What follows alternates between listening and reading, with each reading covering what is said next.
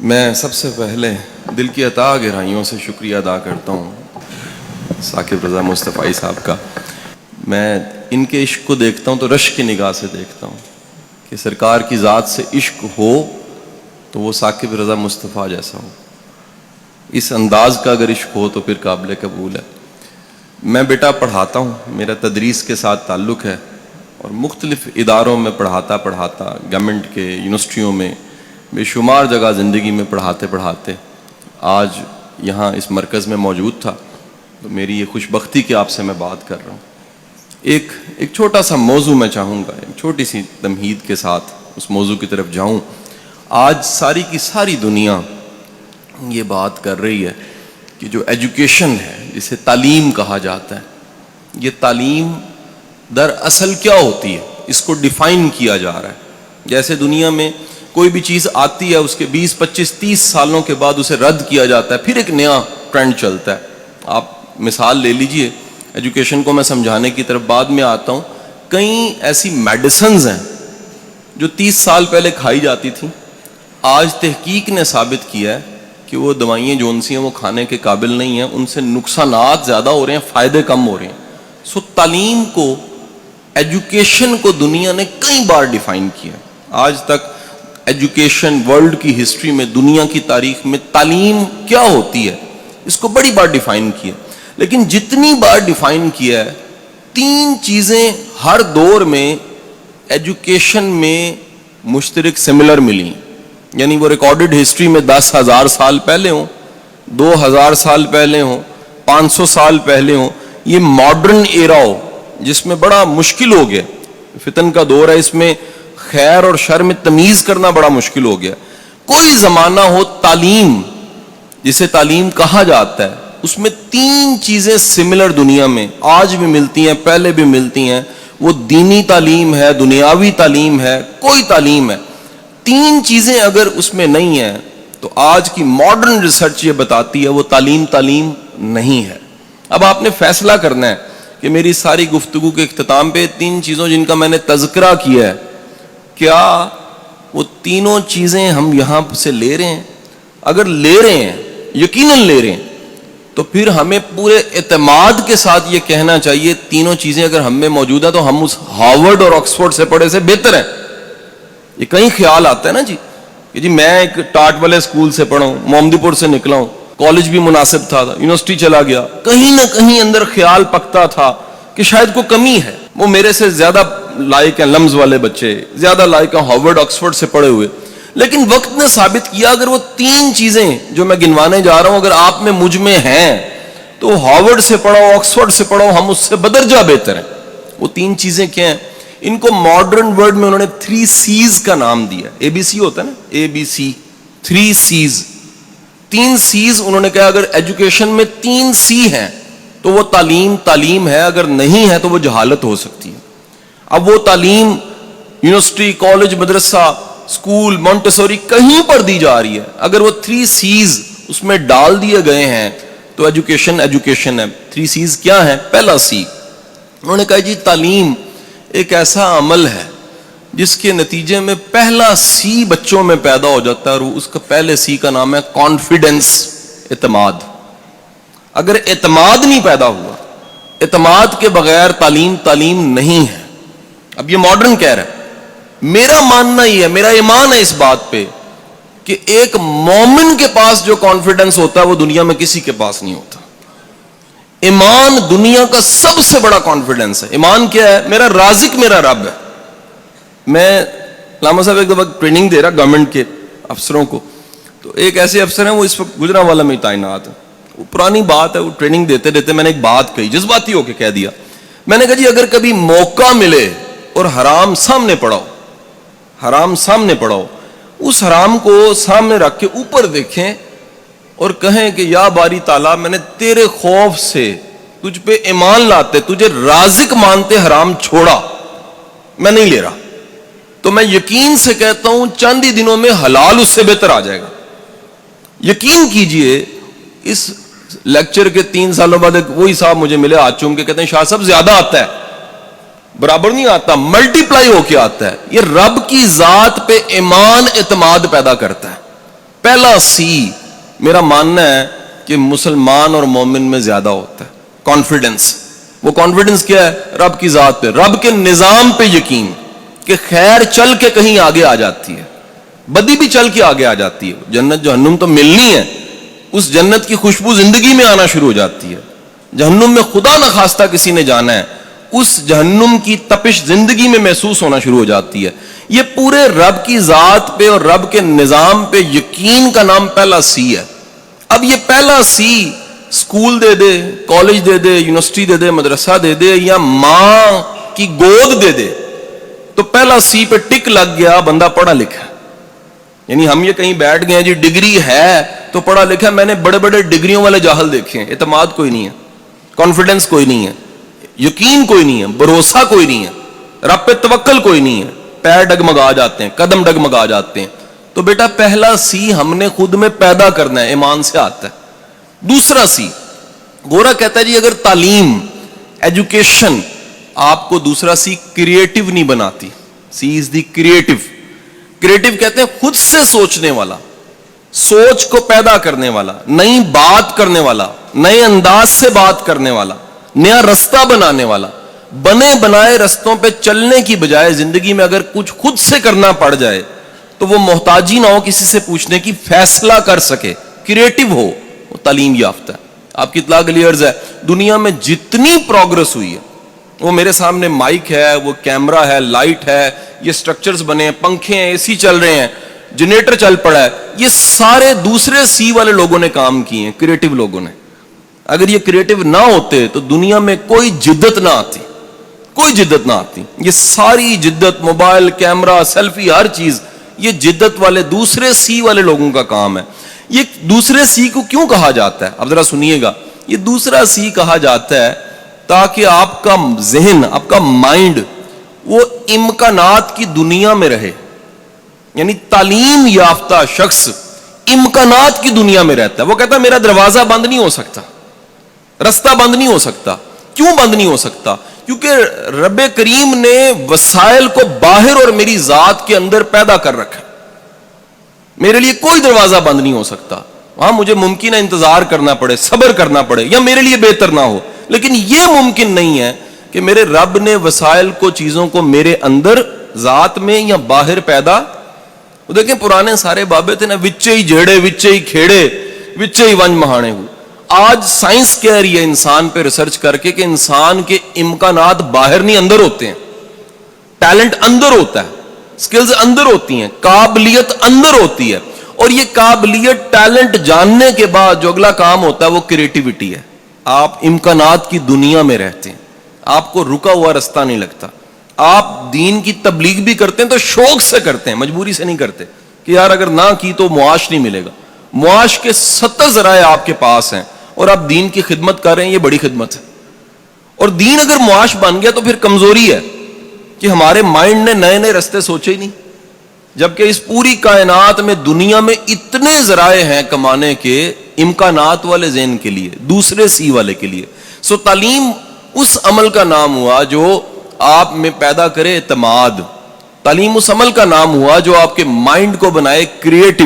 اور تیسری چیز، تیسرا سی، اگر ایجوکیشن کریکٹر پیدا نہیں کرتی، سی از کریکٹر، کردار، تو تعلیم نہیں ہے. اگر پڑھنے لکھنے کے بعد کوئی ایماندار نہیں ہوا، وقت کا پابند نہیں ہوا، کمیٹڈ نہیں ہوا، کاز کے ساتھ کمیٹڈ نہیں ہوا، قربانی دینے کے لیے تیار نہیں ہوا، تو وہ پڑھا لکھا نہیں ہو سکتا، وہ جاہل ہوگا. یہ کون کہہ رہا ہے جی؟ یہ گورا آج ریسرچ میں کہہ رہا ہے کہ ریسرچ کر کے دیکھا ہم نے دنیا کے کسی بارگاہ میں، کسی جگہ پہ، کسی درسگاہ میں جہاں بھی تعلیم ملی ہے، 3 چیزیں لوگوں میں ملی ہیں.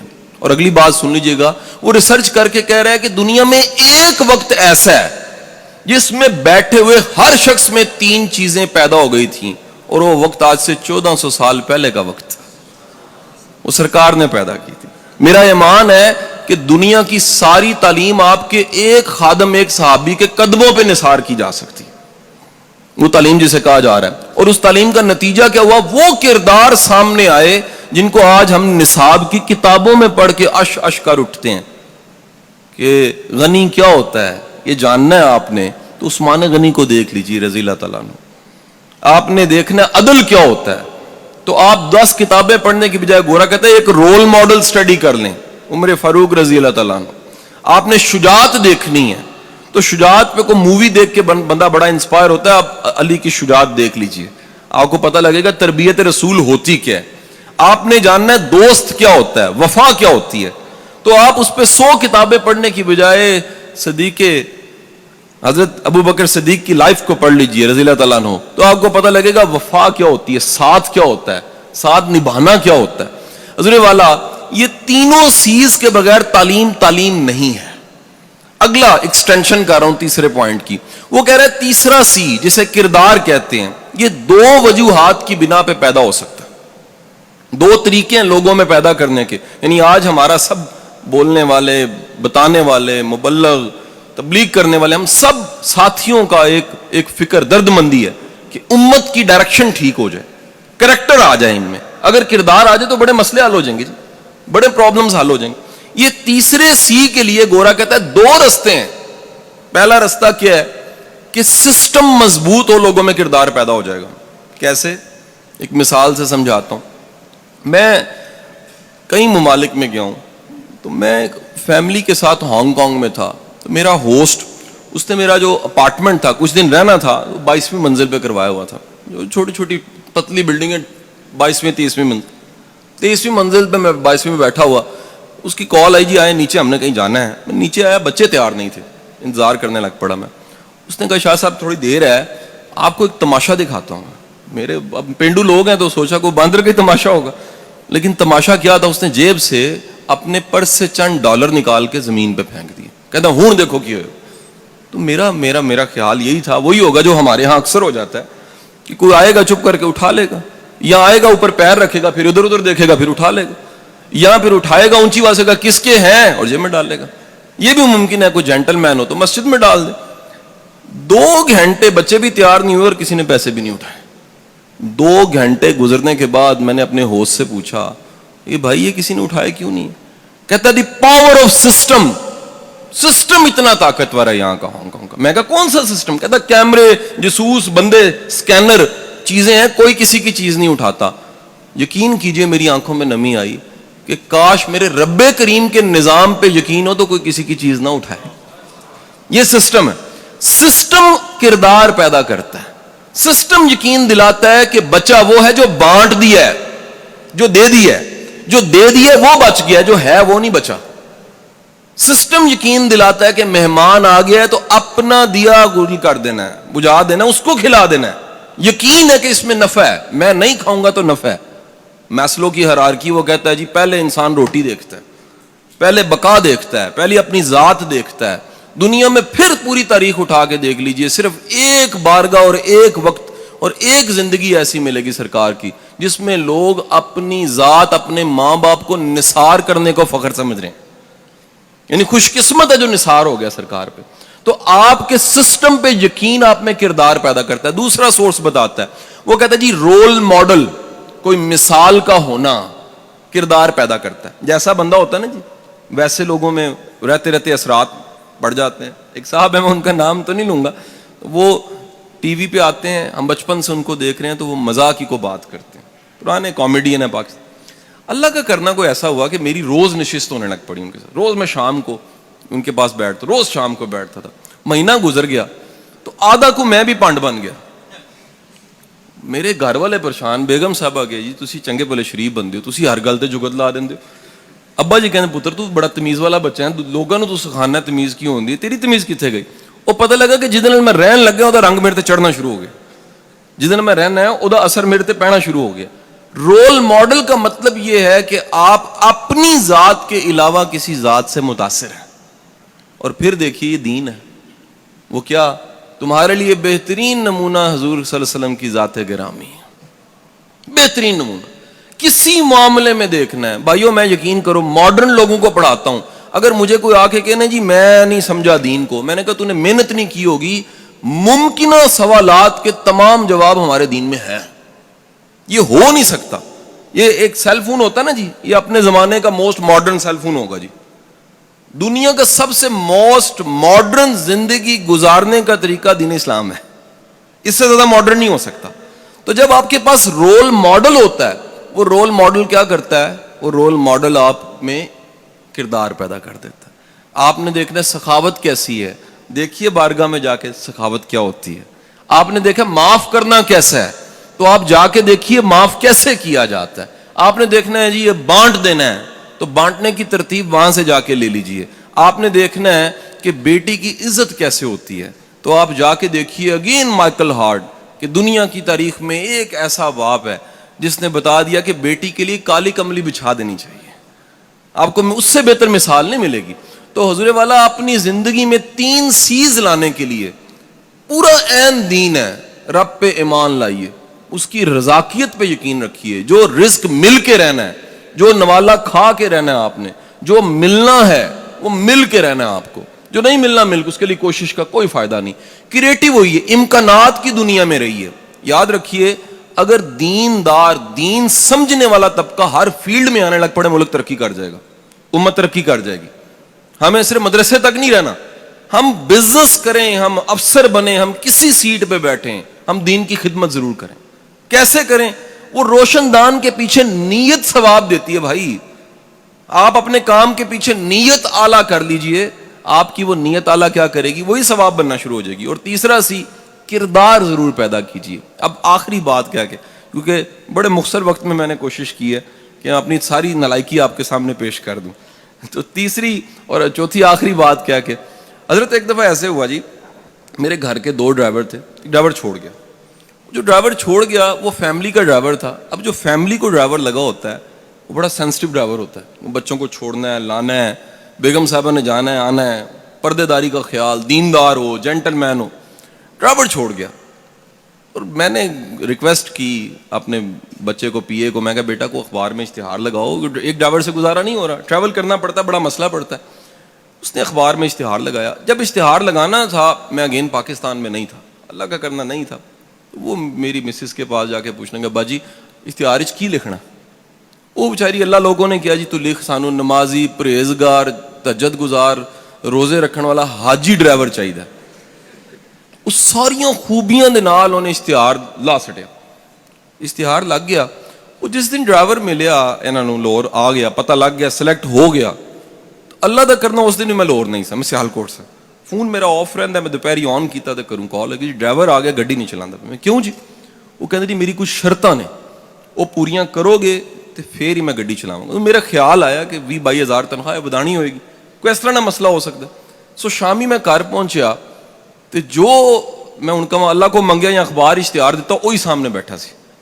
نورانی چہرہ, نیک بندہ, سر جھکیا آیا, مؤدب, باریش, شلوار جیڑی ٹخنا تو اتے, جو منگیا سی وہی سامنے سی. 52 ایئرز ایج, فیملی والا بندہ, ایگا پختون سی. میں کہا جی خان صاحب حکم کرو, کیڑی شرطاں نے؟ کہندا صاحب 3 شرطاں نے میری. میں کہا دسو. کہندا جی پہلی شرط میری ہے کہ گڈی چ گانا نہیں لگے گا. میں کہا یار میری ساڈی گڈی چ گانے لگدے ہی نہیں نے, ہور کوئی 10 گل. کہندا جی مینوں دوسری میری شرط, نماز دا وقت آئے گا تے. میں کہا جی تو اسی گڈی لانا, قریبی مسجد نماز پڑھ لینا. تیجی شرط. کہندا صاحب تیسری شرط بھی ہے, گاڑی آپ نے سکھانی, مجھے چلانی نہیں آتی. تو بیٹا میں گزارش کرنا چاہ رہے ہیں کہ صرف نیک ہوندہ بھی کوئی فائدہ نہیں ہے, کارآمد انسان بھی بنو. ایک کارآمد انسان کٹتے جا رہے ہیں تے نیکی ودی جا رہی ہے, تے بندہ جسٹیفائی کردا ہے کہ جی میں بالکل ٹھیک ہاں کیونکہ میں 5 نمازاں پڑھیاں نے. جی اپنی ذمہ داریاں پوریاں نہیں کیتیاں تے 5 نمازاں پڑھیاں نے, پھر اللہ نو مننے ہو, اللہ دی نہیں مننے. یہ اللہ دی منن دا مطلب ہے وے کہ جے معاوضہ لے کے کام کر رہے ہو تے پوری ایمانداری نال کرو, جے جان مار رہے ہو تے پوری جان مارو. میں تے اداریاں وچ جا کے گل کرنا ہے کہ یار اپنی کمپنیاں واسطے کام کرنا چھڑ دیو, اللہ واسطے شروع کر دیو. وہ کہندے وہ کس طرح؟ میں کہ تنخواہ کمپنی دے سکتی ہے, اجر نہیں دے سکتی. اجر میرے رب نے دینا ہے, اور وہ اجر دین والا رب جڑا ہے وہ ہمیشہ وعدہ کردا جے کہ قدردانی کرانی ہے تے بندیاں کول نہ کرانا. سب تو بڑا قدردان کائنات وچ اللہ خود ہے, رب کریم ہے گا, کرم کرن والا رب ہے.